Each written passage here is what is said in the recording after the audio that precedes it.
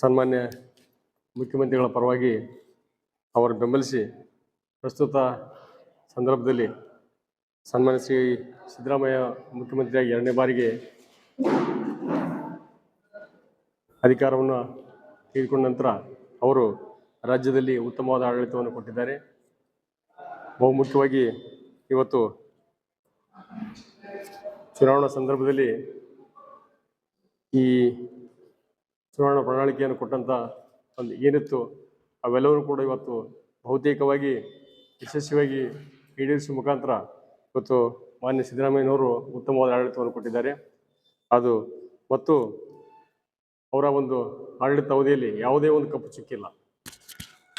ಮತ್ತು ಕಪ್ಪು ಚುಕ್ಕಿಲ್ಲದೇ ಒಂದು ಉತ್ತಮವಾದ ಆಡಳಿತವನ್ನು ನಡೆಸಿಕೊಂಡು ಬಂದಿದ್ದಾರೆ.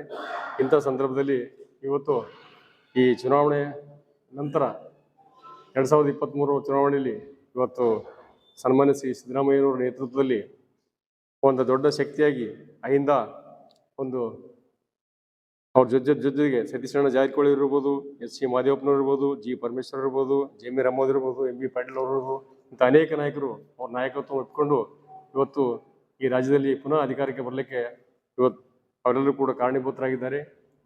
ಇಂಥ ಸಂದರ್ಭದಲ್ಲಿ ಅವರ ಒಂದು ಉತ್ತಮ ಆಡಳಿತ ನಡೀತಕ್ಕಂಥ ಸಂದರ್ಭದಲ್ಲಿ ಯಾವುದೇ ಒಂದು ರಾಜಕೀಯ ಬಿಕ್ಕಟ್ಟನ್ನು ಸೃಷ್ಟಿ ಮಾಡ್ತಕ್ಕಂಥ ಸರಿಯಲ್ಲ. ಇವತ್ತು ಏನೇ ಊಹಾಪೋಹ ಇದ್ದರೂ ಕೂಡ ಅದು ಯಾರಿಗೂ ಕೂಡ ಸ್ಪಷ್ಟತೆ ಇಲ್ಲ. ಆ ಒಂದು ಕಾರಣಕ್ಕೆ ಇವತ್ತು ಈ ಸಂದರ್ಭದಲ್ಲಿ ಈ ಬಹುಸಂಖ್ಯಾತರು ಅತ್ಯಂತ ಒಂದು ಕಾಂಗ್ರೆಸ್ ಪಕ್ಷದ ವೋಟ್ ಬ್ಯಾಂಕ್ ಆದಂಥ ಇವತ್ತು ಅತ್ಯಂತ ಪ್ರಬಲ ಹಿಂದುಳಿದ ವರ್ಗದವರು ಈ ಸಿದ್ದರಾಮಯ್ಯನವ್ರ ನಾಯಕತ್ವವನ್ನು ಒಪ್ಪಿಕೊಂಡು ಈ ಕಾಂಗ್ರೆಸ್ ಪಕ್ಷವನ್ನು ಬೆಂಬಲಿಸಿದ್ದಾರೆ. ಆ ಒಂದು ಕಾರಣಕ್ಕಾಗಿ ಈ ಪ್ರಸ್ತುತ ದಿನಮಾನಗಳಲ್ಲಿ ಅನೇಕ ಜನಪರವಾದ ಕಾರ್ಯಕ್ರಮಗಳು ಕೊಡುವ ಮುಖಾಂತರ ಸಿದ್ದರಾಮಯ್ಯವರು ಯಶಸ್ವಿ ಮುಖ್ಯಮಂತ್ರಿಯಾಗಿ ಮುಂದುವರಿದಿದ್ದಾರೆ. ಆ ಒಂದು ಕಾರಣಕ್ಕೆ ಇವತ್ತು ಯಾವುದೇ ಒಂದು ರಾಜಕೀಯ ಬಿಕ್ಕಟ್ಟು ಸೃಷ್ಟಿ ಮಾಡಿಸ್ತಕ್ಕಂಥದ್ದು ಸರಿಯಲ್ಲ.